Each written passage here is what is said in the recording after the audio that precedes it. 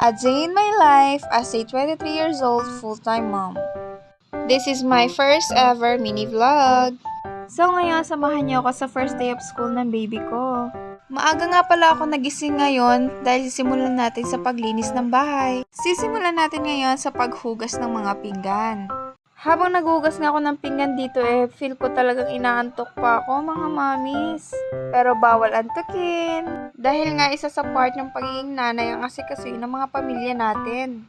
Alam niyo ba mga mamis na hindi na ako sanay gumising ng maaga. Simula nga nung nag-stop na ako nagtrabaho. At ayun nga mga mamis, nasanay na ako sa paggising ng 10 oras sa umaga. Pero ngayon, kailangan ko ng masanay na maaga laging magising. Dahil nga mag-aaral na yung anak ko. At ayun na nga, napakwento na ako sa inyo ng mahaba. At eto nga, natapos ko ng paghuhugas ng mga pinggan at paglinis ng lababo. Isusunod ko naman ang pagluto ng almusal ng anak ko.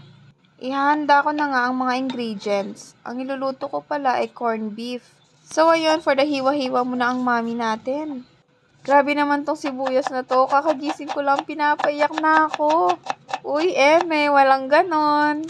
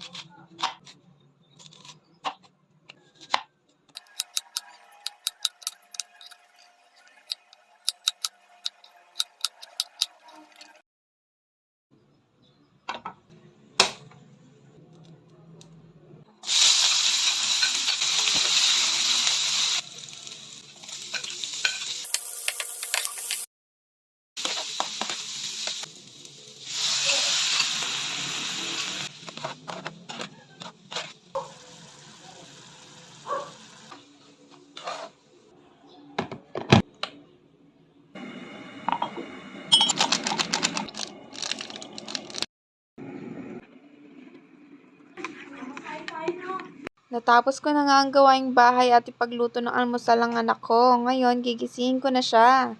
Alam niyo ba mga mamis, kagabi pa ako excited kung anong gagawin ng anak ko sa school. Kung papaiwan ba siya, iiyak ba o mag-e-enjoy.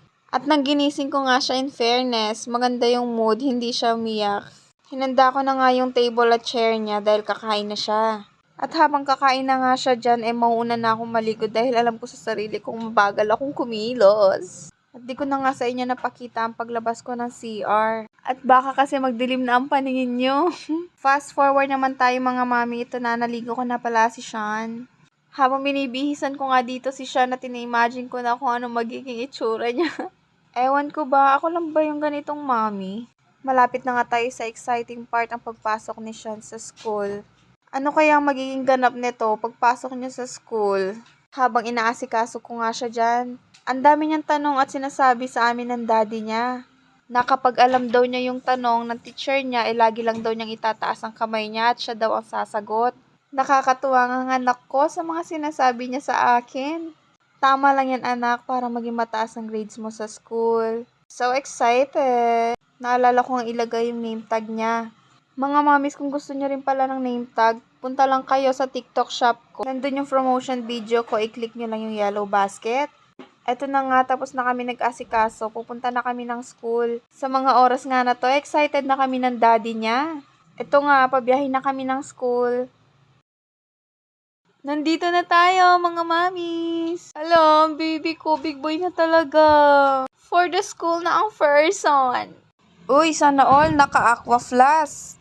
Eto, flag ceremony pa lang. At yung anak ko, Diyos ko, kinain na agad yung baon niya. Anak naman, nag-almusal ka naman Bakit mo kinain yan? Eto ang itsura ng mami na puyat. Fresh yarn. Waiting lang nga kami ng daddy niya dito sa labas ng room niya. Ang galing naman ng anak ko. I'm so proud of you, my son. Can I see? Wow, very good. Nakaka-proud lang bilang isang mami na ang ganda ng gawa ng anak ko. Dahil dyan, nabigyan siya ng smile ni teacher. Dahil oras na nga ng pag-uwi, dito na nga matatapos ang mini vlog. Please like, follow, and share. Thank you for watching!